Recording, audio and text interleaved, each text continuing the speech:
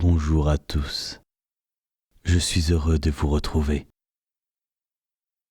Malheureusement, Sid ne sera pas là pour vous saluer, car il n'est toujours pas rentré depuis son dernier passage en bourrasque.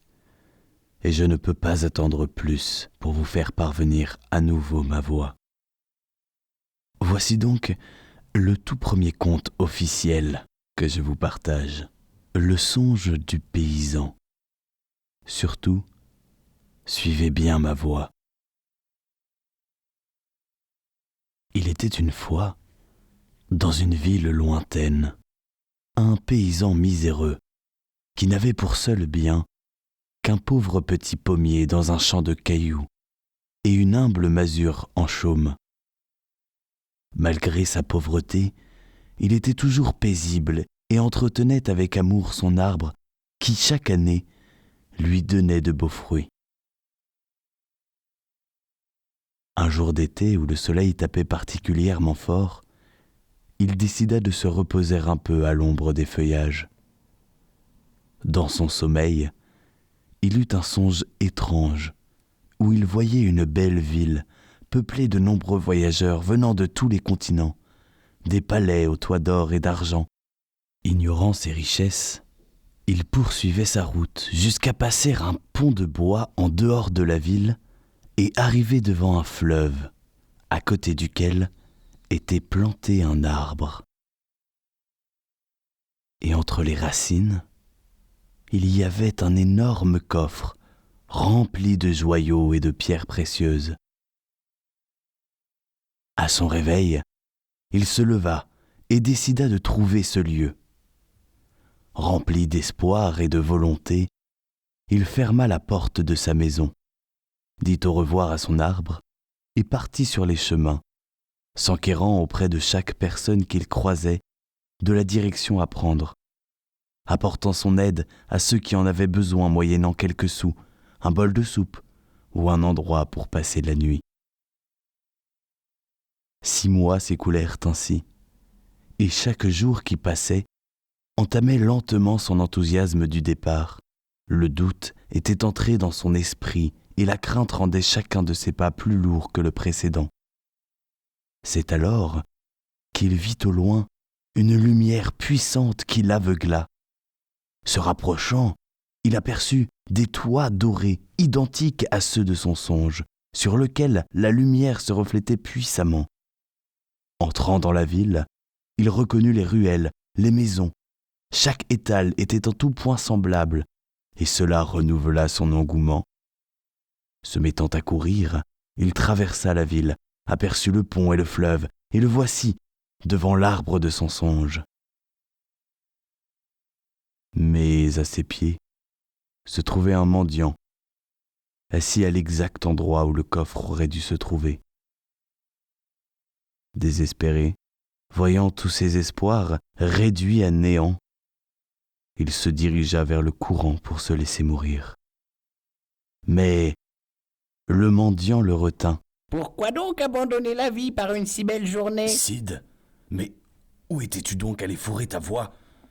Tu risques de t'éteindre à tout moment, mais tu te balades partout, inconscient du danger que tu encours. Mais on s'ennuie ici. Sauf quand tu contes des histoires. En plus, celle-là, je la connais par cœur. Je peux faire le mendiant, s'il te plaît, s'il te plaît, s'il te plaît. Tu arriveras à tenir ta voix ? Oui, je me suis entraîné. Et j'y arrive sur plusieurs phrases à présent. Mais il faut que je reste concentré, sinon elle dérive. Voilà une bonne nouvelle qui mériterait d'être célébrée.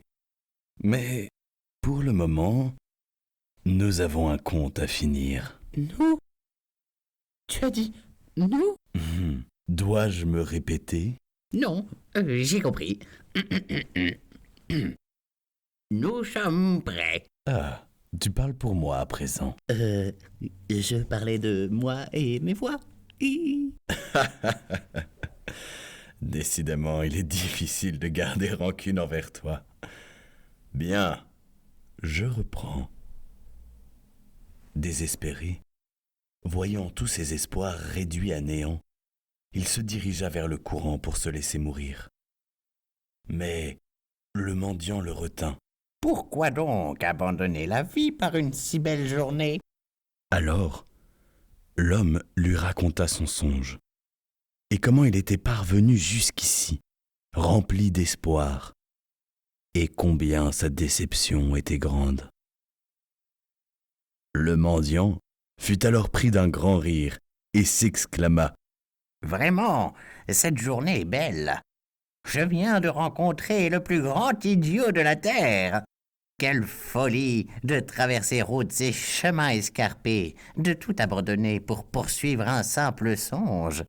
Voilà maintenant 6 mois que je songe d'une petite maison en chaume, entourée d'un champ de cailloux, au milieu duquel est planté un pommier.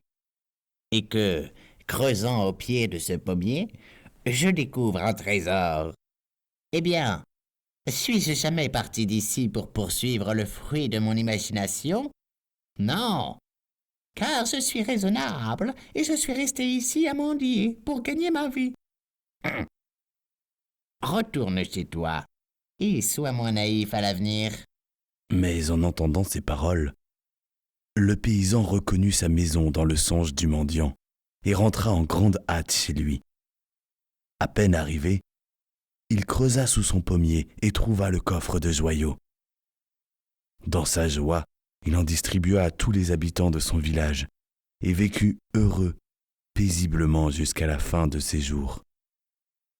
Je suis désolé, Rand, j'ai pas réussi à tenir ma voix jusqu'au bout. Ne t'en fais pas, Sid. Tu as déjà beaucoup progressé en si peu de temps. Mais ta voix à toi, elle est si stable, si posée, toujours la même. J'aimerais t'en faire pareil. Sauf que je ne peux pas changer ma voix comme toi. Tu sais, je crois que tu ferais bien de t'approprier la morale de ce conte, Sid. La prudence pourra peut-être te contenter toute ta vie, mais seule la poursuite de tes rêves peut les réaliser. À toi de tracer ta route. Et n'oublie pas, dans la voie, le chemin.